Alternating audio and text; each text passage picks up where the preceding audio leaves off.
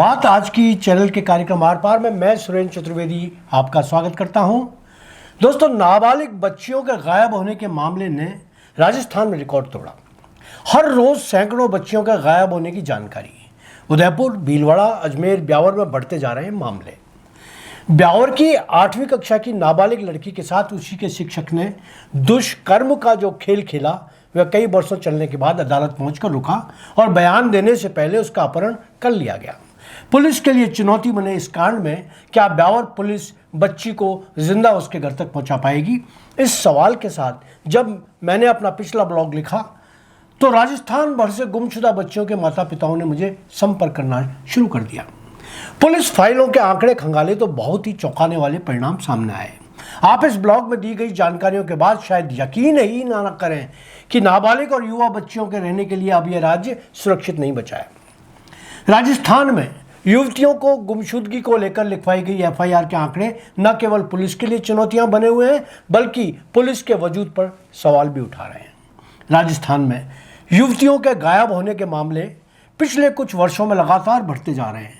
यह केवल समाज की असुरक्षा का संकेत नहीं बल्कि पुलिस तंत्र की कार्यप्रणाली और प्रशासनिक इच्छा शक्ति पर भी उंगलियां उठा रहा है। राजस्थान पुलिस के CCTN-S पोर्टल और मीडिया रिपोर्ट्स को मैंने बारीकी से खंगाला, सामने आए चौंकाने वाले तथ्य। क्या आप यकीन करेंगे कि राज्य में हर दिन औसतन 93 लोग लापता हो रहे हैं। इसमें 76 महिलाएं होती हैं। लापता होने वाली 60% की उम्र 18 से 30 वर्ष की है, यानी कि 80% जो गायब हो रही हैं लड़कियां वो 18 से 30 वर्ष की हैं। एक हफ्ते 28 जनवरी से 4 फरवरी 2025 में 494 महिलाएं और 156 पुरुष गुम हुए। इसी अवधि में 18 वर्ष से कम की उम्र की 90 लड़कियां लापता हो गईं।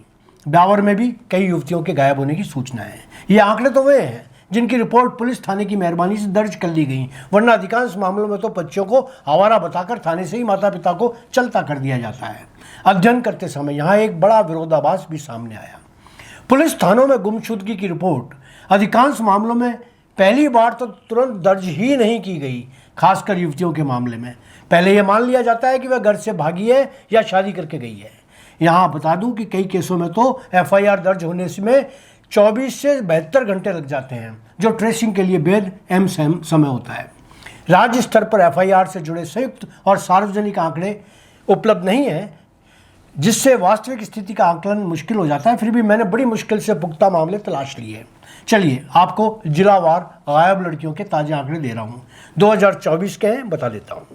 वर्ष 2024 में राजस्थान में कुल 7,339 बच्चे गायब हुए, जिनमें 6,196 लड़कियां थीं।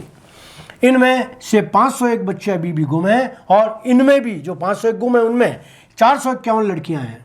यह जानकारी विधानसभा में गृह विभाग की ओर से साझा की गई है। आप चाहें तो इन आंकड़ों की पुष्टि कर सकते हैं।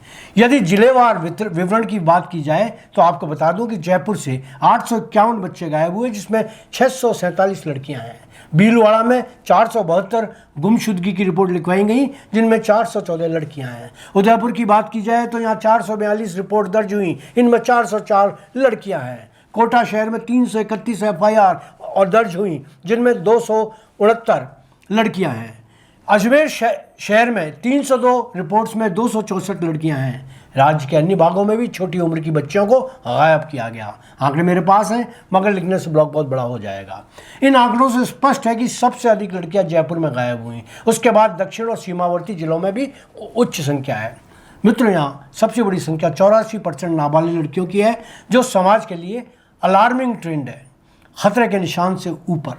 यह समाज में लड़कियों की असुरक्षा को दर्शाता है। राज्य में कानून कम उम्र की लड़कियों को सुरक्षित नहीं कर पा रहा और अभिभावक अपनी बेटियों को बचाने के लिए लड़ाई में अकेले पड़ते जा रहे हैं। राज्य की सीमा से जुड़े जिले, इधर उदयपुर, भीलवाड़ा, कोटा, अजमेर, ब्यावर तथा उधर गंगानगर और जोधपुर जैसे सीमावर्ती जिले MP, गुजरात, पंजाब, पाकिस्तान की सीमा पर उच्च जोखिम क्षेत्र बन चुके हैं। इन मामलों को मानव तस्करी के नेटवर्क से भी जोड़कर देखा जा सकता है। युवतियों का गायब होने के पीछे जब मैंने मनोविज्ञान के विद्यार्थी के नाते अध्ययन किया तो कुछ महत्वपूर्ण कारण सामने आए। नाबालिग बच्चियों के साथ होने वाली घटनाओं में सबसे बड़ा कारण ट्यूशन और कोचिंग संस्थान है। अभिभावक बच्चियों पर कितनी भी निगरानी रख लें, उनके साथ अनहोनी हो ही जाती है। इसके अलावा मोबाइल का पढ़ाई के लिए प्रयोग की छूट देना भी कांडों को जन्म दे देता है। लेट रिपोर्टिंग में भी इसके लिए खतरनाक हो सकती है। कई परिवार देर से एफआईआर दर्ज करवाते हैं, घर लौट आएगी सोचकर समय गंवा दिया जाता है।